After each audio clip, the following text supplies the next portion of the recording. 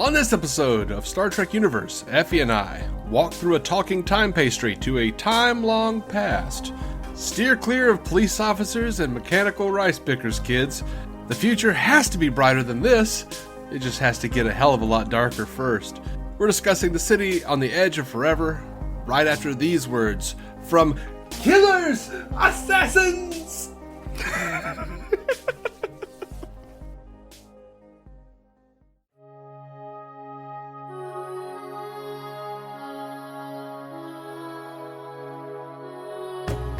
Welcome into Star Trek Universe. We are continuing our rewatch / first watch of Star Trek the original series.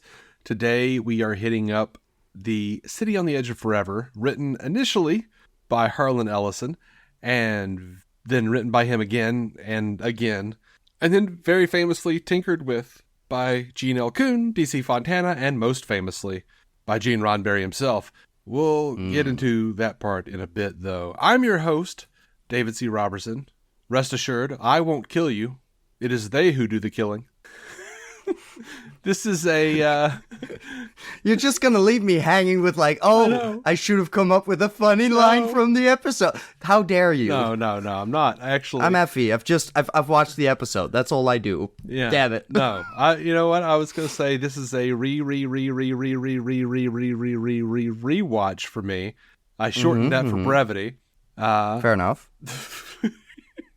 And then I was going to motion to you, and then you would say what you were going to say, who you were and shit. But yeah. Right. So I fucked up the order. You did. That's a damn shame. Yeah. I really just wanted to put in the I won't kill you. It is they who do the killing line from McCoy. Yeah, that was good. The criminally short Memory Alpha synopsis. Kirk and Spock go back in time to save McCoy and their own universe. I mean, yeah, technically correct, but indeed, wow, that leaves out a lot. Yeah, it does. I guess if you really want the synopsis to not spoil anything beyond the premise, there will be time travel, I guess.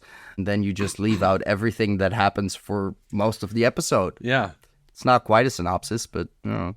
So, I personally feel like this is the best episode of Star Trek ever. Mm-hmm. It's not my favorite, but I think That's an interesting distinction. Yeah. And that should give you some hope for the future. Like, it would be really awful if you got to the City on the Edge Forever and I was just like, well, you just watched the best episode of Star Trek. No point in going forward. Yeah, because it did feel like that for a second, where I was absolutely like, well, it's all downhill from here, I guess. I mean, I get it, but Christ. I think there are others that are on the same level.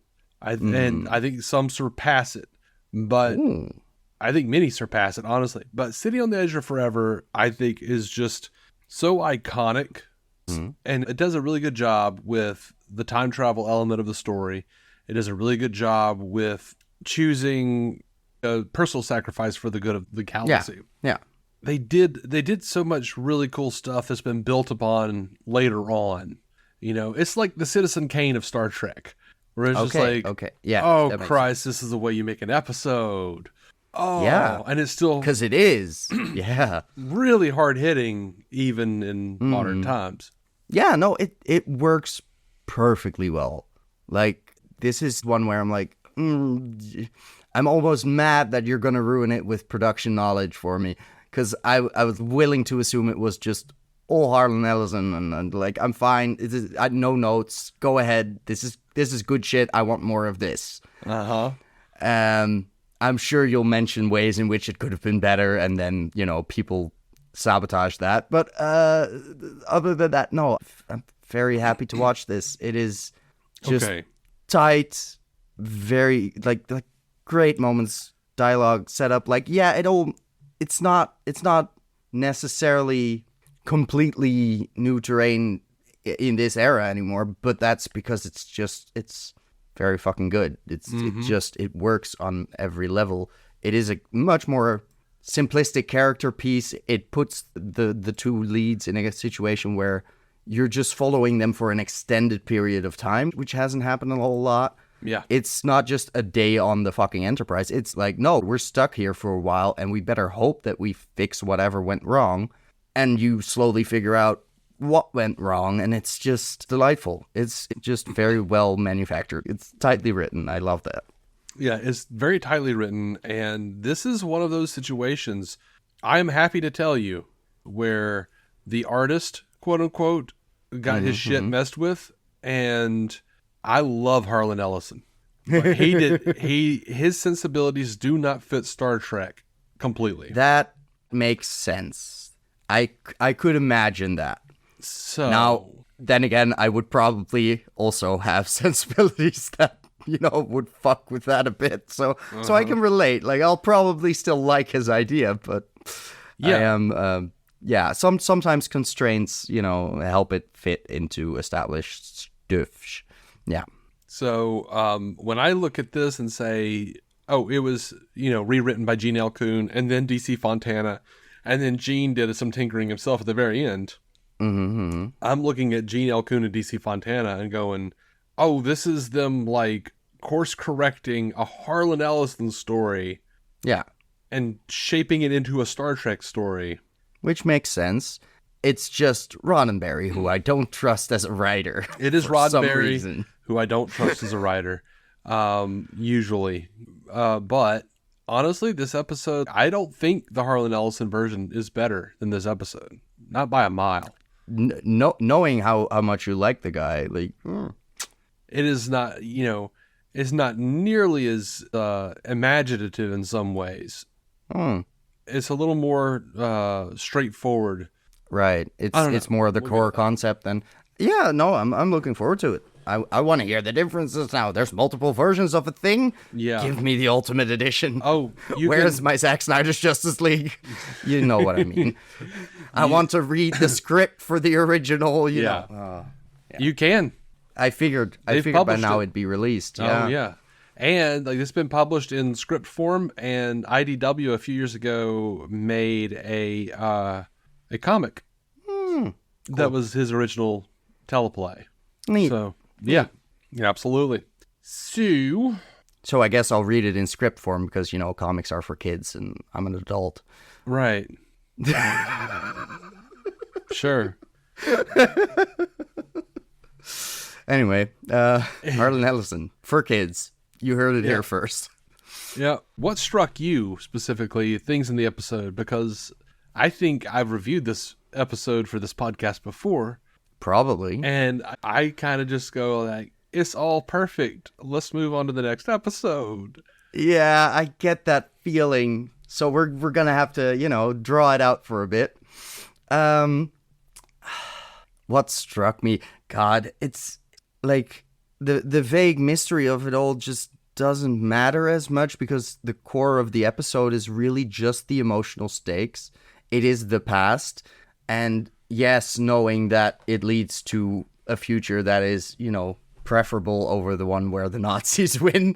But other than that, it's not like I'm actually not held up by the concept of the episode and why didn't they delve into the donut thing. Right. They don't have to. That's like Joker's past. You don't want it to be. It is, exactly. It is specifically inexplicable. Like, we cannot fathom it. Good. Perfect. Leave it that way. Because it doesn't matter. It's just the vehicle for jump at a random moment, end up in some time period. Mm-hmm. Cool. That's all you need to then have, I recorded it, so we got to try to jump at the same moment and we'll miss by a couple weeks. Like, that's fun. That's good shit. Yeah, and I love that they thought to give explanation to if there are rivers and eddies of time, then he should be along, directly. Like, he'll probably wind up at the same Didn't have place to make perfect sense, but it was just like, let's not overthink this. We're going to end up at this Nexus event, like whatever you want to call it. Mm-hmm. Which is a good way to just wave away the concerns of what if he ends up in South America? Nah, that wouldn't really make, that would suck for the story is what that would do. Yeah. And it's just, the gut punch of finding out no, this delightful, good human being has to die because otherwise she will fuck with World War II. Yeah. And we actually need the violent assholes to be the ones going into war. Like, that's dark and I love it. And it's just so heartbreaking. And then it's such a chaotic unraveling that I was like, that not until McCoy says, like, I could have saved her, you stopped me. I was like, wait, they're both trying to run out, what is happening? And then I realized, oh no, he ran after McCoy and stopped him from, oh God, that's such a terrible fucking ending and I love it. Like, that's good shit. That's just great. And you know it's coming, but it still has to work out in a way where it's like, oh God, it wouldn't have happened if not for us. That's what I love about time travel, when it, all pieces together in such a way where you're like, oh yeah, she wouldn't have crossed the road otherwise, but she had to actually get into it. And we know that she was part of, when she died in an auto accident, some sort of auto accident. Yeah, like some traffic accident. Yeah, but that's not necessarily the accident that we just saw. That's true. We don't know if that was the original version, but also it's fine to think that it always was in a way, so no. Well, this episode works either way, and I like that. This episode sort of works in an interesting capacity because again, I don't know. Is this from Harlan? Is this particularly is from Harlan? I don't know. I don't know exactly, because I know they changed a lot of the dialogue, most of the dialogue, everything but 2 lines. So the explanation of the rivers and eddies and whatnot. But that combined with what we see in Edith almost falls down the steps and Kirk saves her. Yeah. And he's like, she could have died right there. Yeah. There is precedent for believing that in the Star Trek universe, when you mess with time, you create a wound. And when that wound heals, it will try to force things back the way they're supposed to be. So it was like the timeline itself forcing Edith down those stairs. Right. Oh, that's fun. Because that scene was already like, oh, what if it's not a traffic accident? Because you're like, what if you instinctively saved her and now you're too fucking late and you're going to have to shoot her? Like, what is the solution here? It's time travel, Final Destination. That poses such a cruel moral quandary. I love it. That hits home. That's just poignant. Yeah. And I dig that. That's just, there's no way around it. And them just trying to adapt to this impoverished existence in a past they're unfamiliar with. It's great. It's just, they're so out of their element, and yet they're also in an element that people aren't necessarily familiar with. Like, most people watching Trek aren't actually, going to the shelter to get some soup. Unless it happens to be on the TV at the shelter, I guess. I don't know. Syndication, huh? But it's just delightful to see them in regular clothes, just pretending to, going along with it, trying to tinker with some electric wire in their shared room. Like, it's such a different vibe, but it works so perfectly well. Yeah. I think just everything about this episode works on a weird level that you wouldn't anticipate. What did you think? How did you interpret Edith Keeler seemingly having some version of prognostication? Yeah, it was, at some points, it was a little too on the nose, where it's like, okay, it really has to seem like she knows.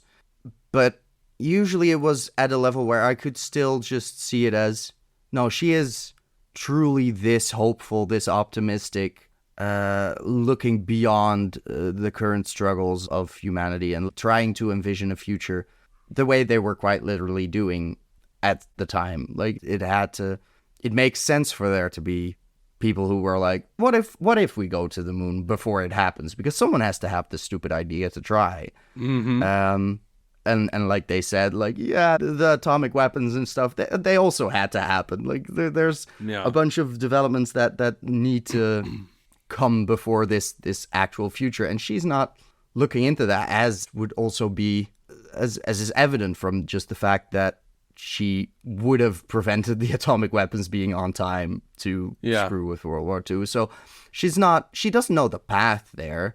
She's just like, we could do better. There is a sky full of stars out there, and we should be eventually done messing around here and exploring what's out there once we have our society fucking in order. And that speaks to her enormous optimism within a very dark corner, because she's not running the brightest of places. She's just dealing with people who are really down in the dumps. And it's that contrast is what works for her to be such a kind soul and therefore such a loss. Mm-hmm. Yeah, I think I didn't take it as actual prognostication, at least. No. I didn't either. I just, you hear people talk about that on this episode.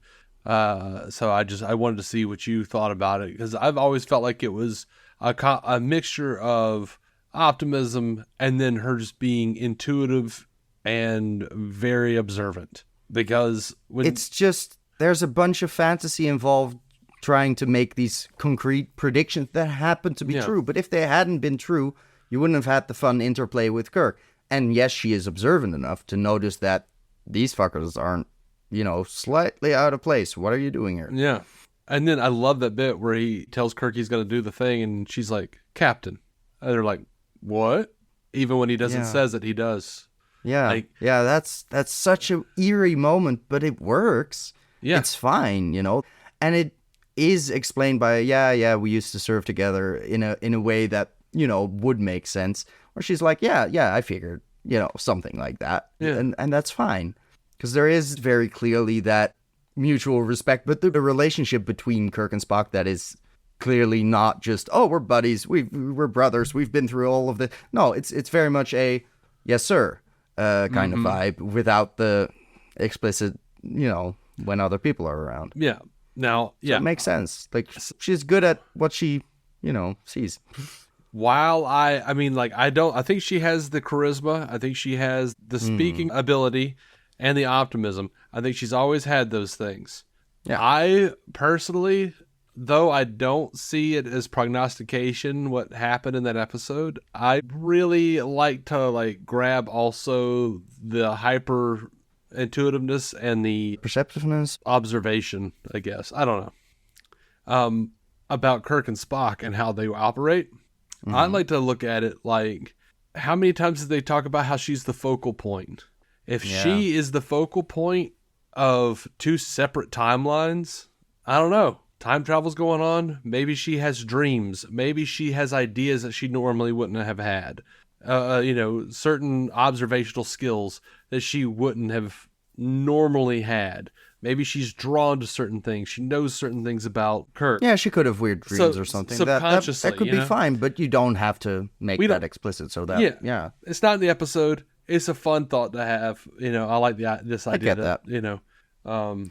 At the same time, I wonder if she already was the focal point before McCoy went back.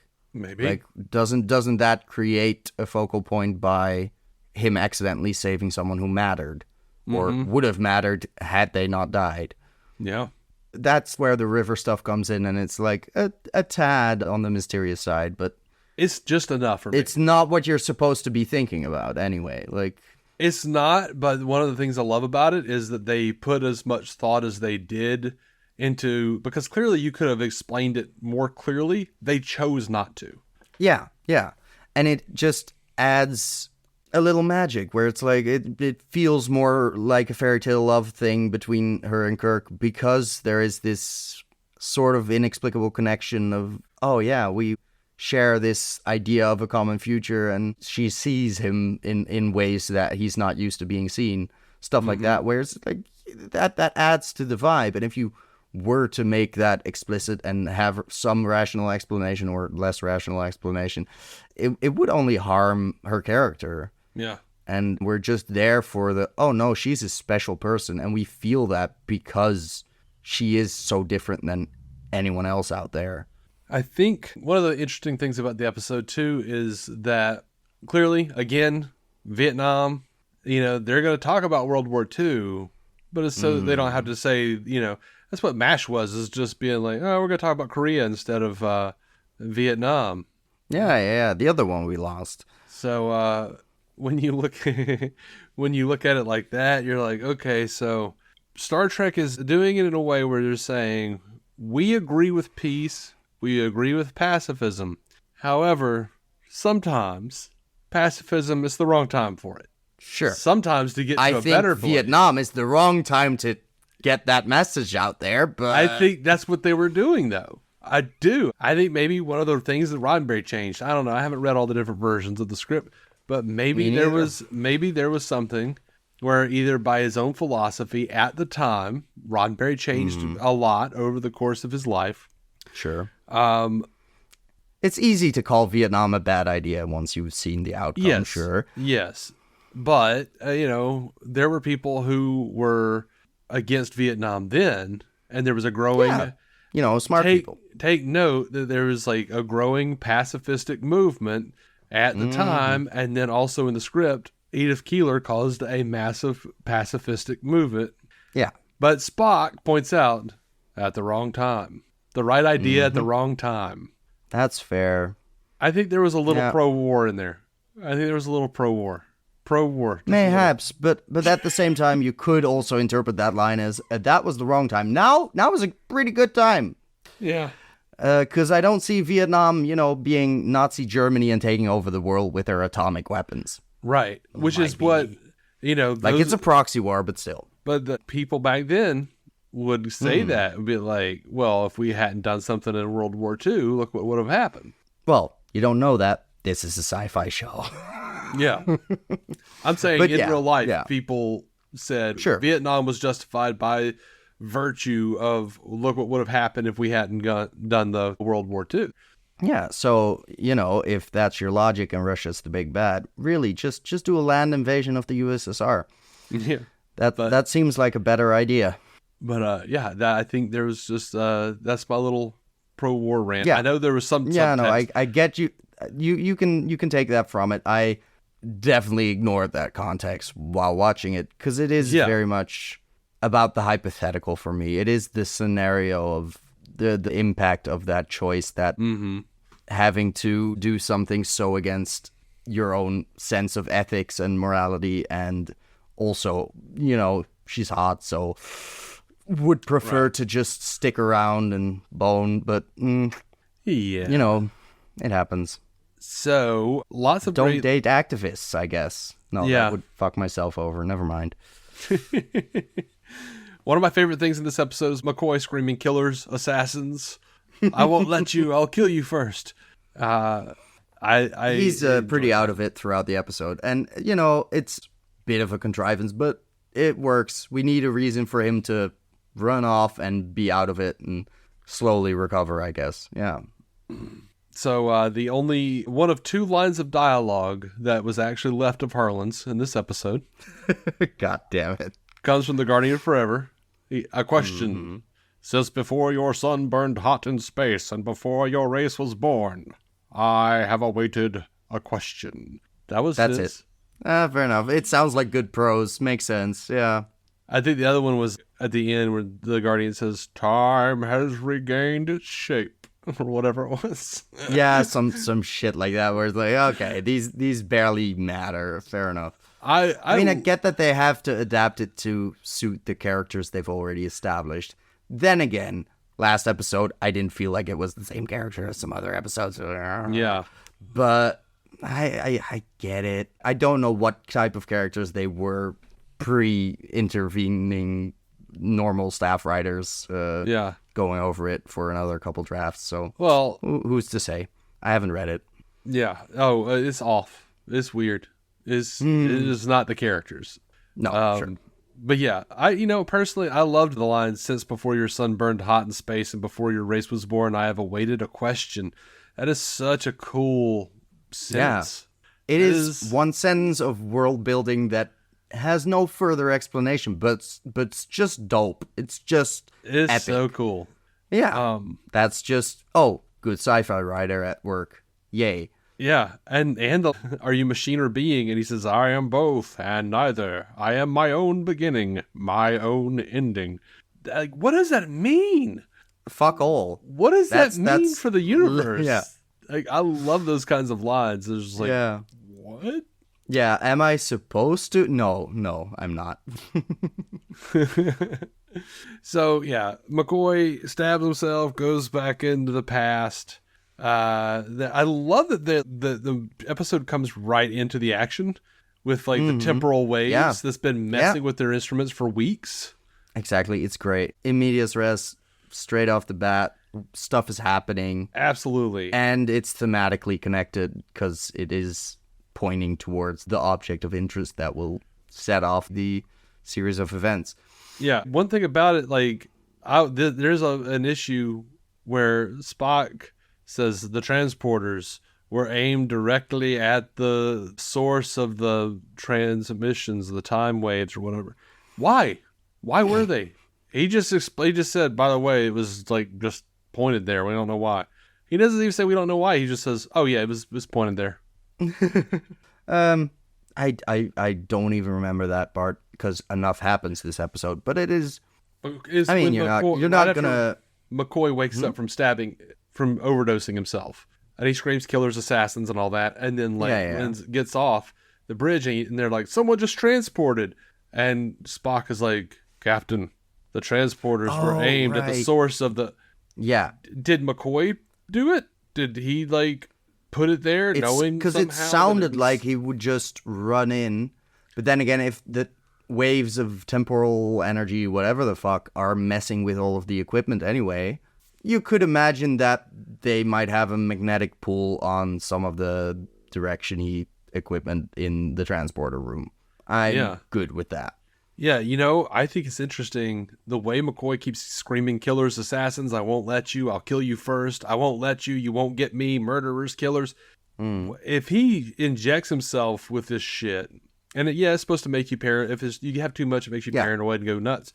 But what if when his brain is in that state, he is sensing the temporal wars and like going back in time and changing things? He's like talking about all these like people from different timelines. I mean, like they're never going to say that was a thing. No, but it's fun to imagine some sort of specific madness.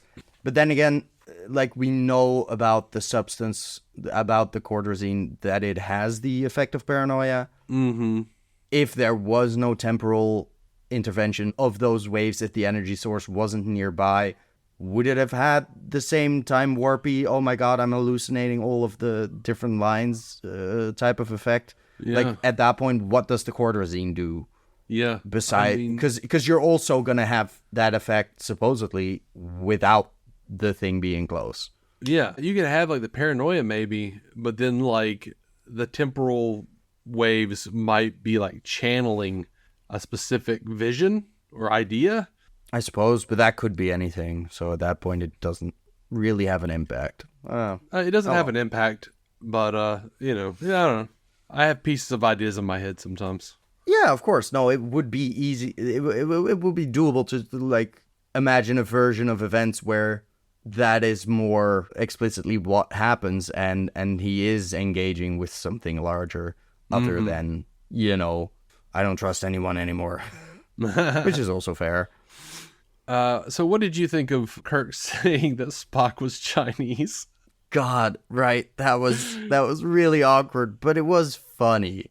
Like, the joke for me was mostly Kirk having to come up with something and doing an extremely bad job. Yeah. Like, for me, it was mostly like, this police officer should really cut you off right about now, because this is going very poorly. But I was like, at first, and then I was like, oh God, this is just, the joke is on Kirk for this one. I'm not supposed to take it seriously. Like, if the police officer would have been like, yes, of course, I had already noticed he was Chinese, and his ears have had an accident, and no, the story was just way too long, and that's the fun bit about it. Like, if you're gonna make up anything about an alien that's like not quite, and especially in that era, like, oh God, how often did you see Asian people? I suppose, like, feels like a later wave of immigration. I don't know. Do we have a specific locale? For this, I guess, maybe New York, I guess. Yeah, I guessed as well, but I wasn't sure if that was explicitly mentioned or if it was just some city. don't remember. I know Fair enough. it's really just Mayberry from Andy Griffith's show. It's the same town they were in Miri. Every time. Yeah. Yeah. Look different, though. Yep, sure did. So yeah, Different streets. It feels weird, but yeah, he says my friend is obviously Chinese. I see you've noticed the ears. They're actually easy to explain. He caught his head in a mechanical rice picker.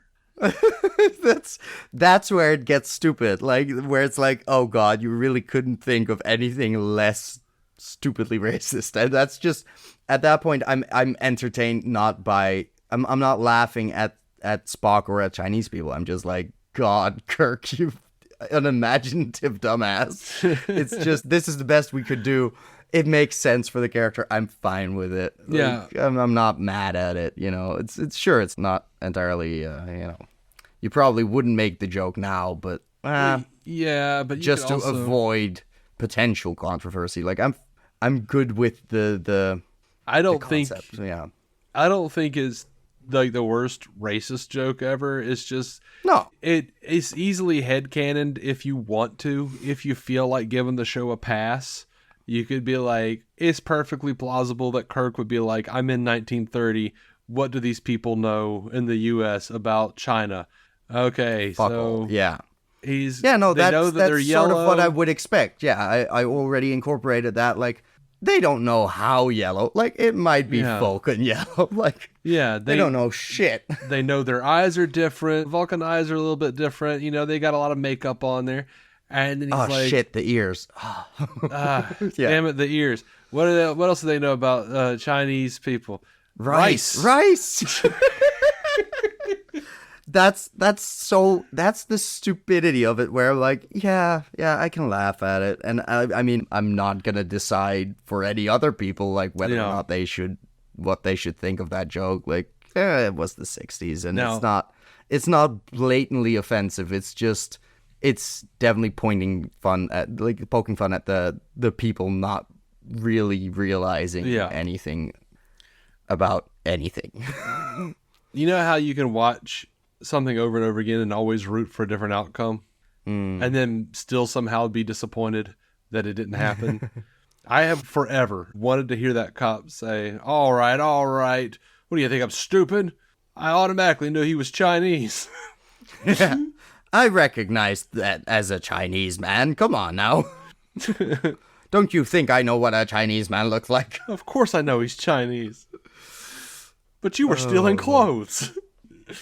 Yeah, no, well, it's really not the most important thing. But I mean, yeah, do you still have that same feeling of please do something else with the actual conclusion, or is that less so? Because I wasn't expecting you to go here necessarily. No, the conclusion of the show I've always liked. Like, I love. Oh no, it's great. Yeah, I mean it is good, but do you emotionally root for her to live or something to happen differently? Yeah, but I like the actual plot and the way that I'm in love with the plot and the actual way the story resolves more than I am her. Yeah, so like that, you know, the beauty of the story. She is a woman we haven't met who lived years ago, so fair enough. Yeah, I would much rather if have you were in love with her, that would be weird. She is fictional. Yeah, I mean, in love with as far as like just loving a character, but right. Yeah, that's a thing too. Just, you know, caring about them, caring about a fictional thing. I try and do both, but yes, yeah. From Do You Realize What You've Done? He knows, Doctor, he knows.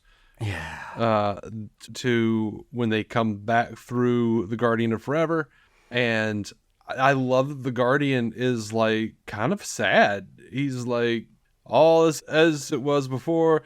Many such journeys are possible. Let me be your gateway. Like, he's bored. He's been sitting there for all these. He's millennia. Like, do it again, please, God. It's a long time, forever. Come inside my hole again. I haven't had contact in so long. Please, you fucking use me like the slut I am, because God, Jesus. There is an element of this is eternal loneliness, and I serve one purpose, and literally no one ever makes use of it because it's dangerous as fuck, and it will mess up entire lives of millions and billions of people. But you can see the past. Yay, it's fun. Have you always wanted to live back when things were better? Go find out if they were, and then be unable to return. No. Also, how did they return? Oh, he just said if you're able to change it, you will be returned. Oh, fair enough. Sure. That's all he said. Okay. But, so they return. The Enterprise is up there. They're asking if we want to beam up. Kirk's response, a choked up, let's get the hell out of here. I love that as an ending. Yeah, it's good. It is very much long silence, and you can just feel the weight of the emotion still on his shoulders, and that's the best way to handle it. We just had to make sure that a good person died. Yeah. And he lost the love of his life. Yeah, okay. And it is very much, it almost makes you feel responsible for every atrocity since. Mm-hmm.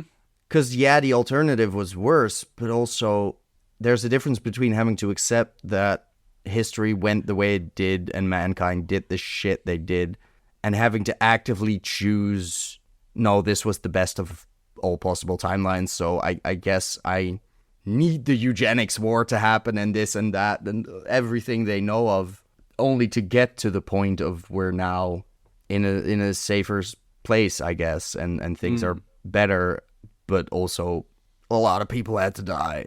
Like we ultimately, yes, we wanted to stop the Nazis, but also, we had to drop some atomic weapons on fucking another country. So, it's not all great news or anything. There's just a lot of that'll fuck you up, man, type shit where it's like, you have to live with that now. Which I'm sure we'll notice next episode. But it's not that type of show yet, but like there is it's a heavy episode, and it takes its time to get there, but the build up is so well done there. It's tense enough to just keep you fearing that ending, and then it resolves itself in minutes. And that's also part of the gut punch, where it's just like, you have a bit of Kirk silence to sort of let it sink in, but then it's over. Like, you're fucked. Like, go deal with this for the rest of your night. Mm-hmm. And that's just good storytelling. It's unfortunately very good. Doesn't mean you have to enjoy it or like it. Like, you know what word I mean. Not like, I did enjoy it and I did like it, but it is the type of enjoyment where I'm like, oh God, orgasming. Why can't I be a happy person? Oh. I don't know. So the title of this episode refers to both the dead city on the time planet and New York itself, where the timeline will either be restored or disrupted. In Ellison's original draft, Kirk, upon first seeing the city sparkling like a jewel on a high mountaintop, reverently says it looks like a city on the edge of forever. In Ellison's first treatment for this episode, the city they traveled back to in time was to Chicago. I mean, sure. Yeah. Wouldn't have noticed the difference on screen probably, because they would have used the same set. Yep. When asked in a February 26th, 1992 interview whether the makers of this episode consciously intended it to have the contemporaneous anti-Vietnam War movement as subtext, Robert H. Justman replied, "Of course we did." Shut the fuck up, authors. I want to do my own interpreting. But yeah. Did you realize at the time in the news there was also a war going on? Yeah, we might have picked up on that. Yeah. In the Star Trek Compendium, Alan Asherman suggests that the name Keeler is derived from the keel of a ship, the longitudinal element of a vessel that keeps it held together, much as Keeler herself keeps the time continuum from coming apart. It also could be interpreted as a hybrid of killer and healer, a reference to her dual role as the focal point of the time flow. However, in Ellison's first treatment for the episode, Edith's last name was Kostler. And you're welcome. You're reading into it. Uh-huh. Well, maybe, delightful. but you had much. Yeah, I you mean, know, someone did change it, so it ended up being that name. Sure, there was a reason for that, probably, but you know, sometimes it's just a it's coincidence. not as big a deal as you think it might be. Sometimes Yeah. you're just grasping for what's the German root of this word, and like, Yeah. sometimes it's just a dumb pun. Not in this case, but Yeah. yeah. Ellison's original story outline and first draft script did not feature Dr. McCoy, but an Enterprise crewman named Beckwith, who was dealing drugs among the crew. I wonder why they changed that. Beckwith murdered a fellow crewman named Lebec, who was on the verge of turning him in, escaped to the planet the ship was orbiting. There he went through the time vortex, operated by a mysterious ancient race called the Guardians. And apparently they were, I feel like that infringes on some copyrights, but sure. they were very gigantic, and they were like... Which you know, is hard little, for the budget. Weird old wizards or something. As a result, the Enterprise was gone, and a savage pirate ship called the Condor was in its place, full of renegade humans. Kirk and Spock follow Beckwith through the time portal to 1930 Chicago, where Kirk falls in love with young social worker Edith Keeler. Finally, with the help of a legless World War I veteran called Trooper, who dies during the episode's action, they find Beckwith. In the end, Kirk does not stop him from saving Edith. He freezes at the crucial moment, and Spock prevents her rescue instead. In a brief epilogue, Spock visits a grieving Kirk in his quarters and attempts to console him, saying that, quote, no other woman was offered the universe for love. In Ellison's first story outline, Beckwith was sentenced to death after he murdered Lebec, and Kirk ordered his execution to take place on the next deserted planet the Enterprise comes across. Hence, I get why they cut that out. Hence, they beamed down with Beckwith and a firing squad to the Guardian planet. This was very soon eliminated from the story. In the revised script by Ellison, Beckwith escapes from Spock and jumps into the time vortex again. However, he ends up trapped in a supernova time loop, which kills him over and over again.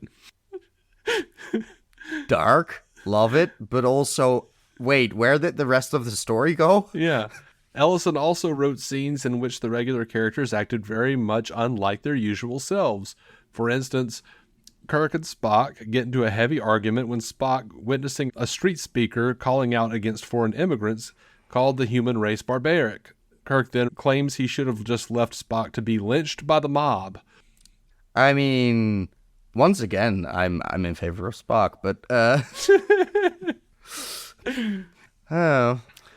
god. It says here, Ellison's script was deemed unusable for the series for many different reasons. Gene Roddenberry objected to the idea that drug usage would still be a problem in the 23rd century. Dude, did you forget about Mud?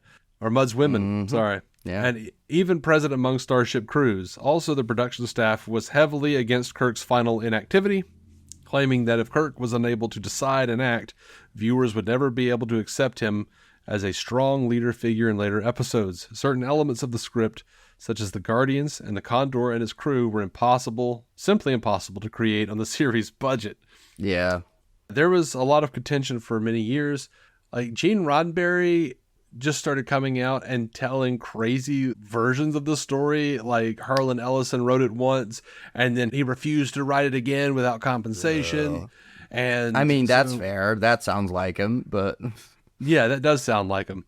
But give the man his fucking money. Like, come on. He's doing more labor. Except we have proof that he did do like 2 other rewrites.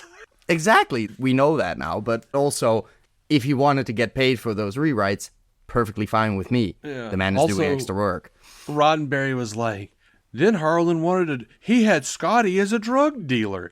That wasn't Scotty. No. Yeah. No, you're just making up stuff to make it, Yeah. To make it worse. Yeah. Because, like, freezing at the end would have been so heartbreaking. Like, I love that. That's so good. I'm good with that. Like, does that make it hard for us to accept him as a strong, infallible fucking leader? Maybe, sure. But, like, I already have my nuances with, is he a leader I trust? Because I instantly distrust any authority figure. So I'm like, So Strong leader, originally- my ass. Like, if he can't decide, that makes him human. That makes it an interesting fucking story. Like, I'm good with that. Yeah. The rest of it, sure, that's some superfluous weird shit that was cut out. So, yeah, we wound up with, they wanted Stephen Karabatsis to rewrite it. He did not. He was not available. Ellison rewrote it at least once, maybe twice, it seems like. And that was also deemed unsuitable. Gene L. Kuhn, producer and writer, also got himself into the rewriting. And then DC Fontana did a rewrite on the script. And then it was also slightly rewritten by Roddenberry to become the final shooting draft. But apparently, according to this, much of the finished episode is the product of Fontana, who went uncredited, of course. Sure. Kuhn is mainly responsible for the small comical elements of the show, including the famous rice picker scene, which Ellison reportedly hated. I don't doubt it. Ellison was dismayed with the changes Roddenberry and Fontana made to his story, so much so that he wished his credit to read written by Cordwainer Bird. Whom? And this was a request Roddenberry denied. Though Ellison had the final right to have a pseudonym attached, he claims that Roddenberry made veiled threats that if he did so, he would be blackballed in the television and motion picture industry. Despite the feud, Roddenberry listed this as one of his top 10 favorite episodes in an issue of TV Guide celebrating the 25th anniversary of Star Trek. In his own defense, Ellison stated he had no real problem with DC Fontana rewriting him, but rather with the extent and number of unpaid rewrites the studio and network got out of him, to say nothing of exaggeration-prone Gene Roddenberry telling fans that Ellison's script showed Scotty selling drugs. The script didn't even feature Scotty. Roddenberry apparently denied Ellison's pseudonym request because he knew everyone in the science fiction community was aware that the Cornwainer Bird credit was Ellison's way of signaling his dissatisfaction with the way production people treated what he wrote. It would have meant that Star Trek was no different than all the other science fiction shows in mistreating quality writers, and could have resulted in prose science fiction writers avoiding contributing to the program. That makes sense. Yep. This was the most expensive episode produced during the first season, with a budget of $245,316 US, and also the most expensive episode of the entire series, except for the two pilots. The average cost of a first season episode was around $190,000. Also, production went 1.5 days over schedule, resulting in 8 shooting days instead of the usual 6. I mean, what's $50,000 in 60s currency? Oh well, Hollywood. Yeah, let me They'll see. live. They clearly, they got it back. I think it's fair to say by now they got their money's worth out of this. I don't think they would agree, but they never do. That's fair. Well, I just won't take the complaining very seriously. All right, so $245,316 in 1967 is equivalent in purchasing power to about $2,294,013.08 today. Yeah, that's a long Game of Thrones episode. Yeah, that's a big one. That's a big one.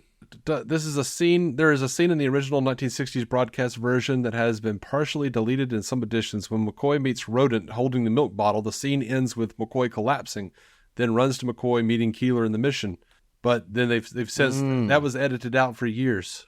But why? Probably because it just wasn't important to the story. And here they cut down old episodes over the years to put in more commercials, more ads. Yeah, fair. Yeah. Okay, yeah, it works. Darn shame, sure. But it's not the most important scene. No. Fair enough. I did like it, though. It's fine. Yeah. Oh, guess what? The network really wanted to for them to take out "Let's get the hell out of here." Because of the profanity, Yeah. I take it. Yeah. Jesus. Yeah. Oh, this is fun. The Guardian. That's why we're not on a fucking network. That's why. Yeah. So The Guardian of Forever was designed by art director Roland M. Brooks. Normally, set design was the purview of his colleague Matt Jeffries, but due to illness, Brooks took over his chores for The Guardian. When Jeffries returned to his duties and saw the donut-shaped set piece for the first time, he reportedly exclaimed, "What the hell is this?" What was his idea? What would he have done? I don't know. But It's fine. I love the design of The Guardian of Forever. It's wonderful. Yeah, I have no issues with it. It's fine. Yeah. This thing has won a bunch of awards, and Harlan's script won him an award, and Congrats. They got a Hugo Award for the best dramatic presentation. It was, yeah. Neat. It's good. People recognize good. Yeah. So, last little bit of trivia here. The 2006 Crucible trilogy of novels follows up on plot elements from this episode. In Providence of Shadows by David R. George III, it is shown what happened to the version of McCoy and Earth when he went back in time and altered history by saving Edith. McCoy places constant ads trying to signal for help in the future, but soon realizes that no help is coming. On advice, he makes his way south, ending up in a small town outside of Atlanta. There he becomes the local doctor, marries a widow, and is eventually killed when the hostilities with the Nazis spilling into U.S. borders in his timeline escalate. The novel also reveals that in the proper timeline, Kirk and Spock spent 47 days in New York City from January to March 1930. Dang. So, yeah, I want to read that trilogy. That makes sense now. That's cool. Yeah, I get that. You got anything else? I'm just happy we made it this far without going, yeah, it's great, end of episode. So I'm proud that we did as well as we did. Yeah. It's just like, yes, this is what I want the fucking show to be. So more of this, and we'll see how much of this I get. Yeah. But I'm very happy to have seen it. Yeah. Oh no, I totally get why it's one of your favorites. I would be remiss to not mention that one of Harlan's complaints is that he turned in a script and they saw that he said that there were runes all over the place. Mm-hmm. And he thought some idiot went, rune? What the hell is a rune? He must mean ruin. So that's why, there are ruins all over the place. That's an option. Let's be real. I love it. That would be sad. Yeah. But I like the way they did it, so I'm all right. It looks fine. Yeah. I think there's... Runes would have just tied it to a very specific kind of time and place. And, that is it for our review of The City on the Edge of Forever. Please join us next time. It's all downhill from here. God, I know how to sell it, don't I? Yeah, you do. But you know what? We got a flapjack attack on Mr. Spock's back. God damn it. We finish out the first season with Operation Annihilate. You all right? Yes, we did. I'm all right. I'm all right. All right. Well, until next time, Joe Launch. It's accurate. Live long, prosper. Plank on a clit, and eat a dick, people. Eat a dick. It's almost solemn now. Eat a dick. Till next time. Thank you for listening to the Star Trek Universe Podcast, a Stranded Panda production. If you'd like to hear more from David C. Roberson, check out the DC On Screen podcast or maladjusted.tv for his web videos. If you'd like to hear more from Matthew Carroll, check out the Marvel Cinematic Universe podcast or listen to his music. Just search for Matthew Carroll anywhere you get music.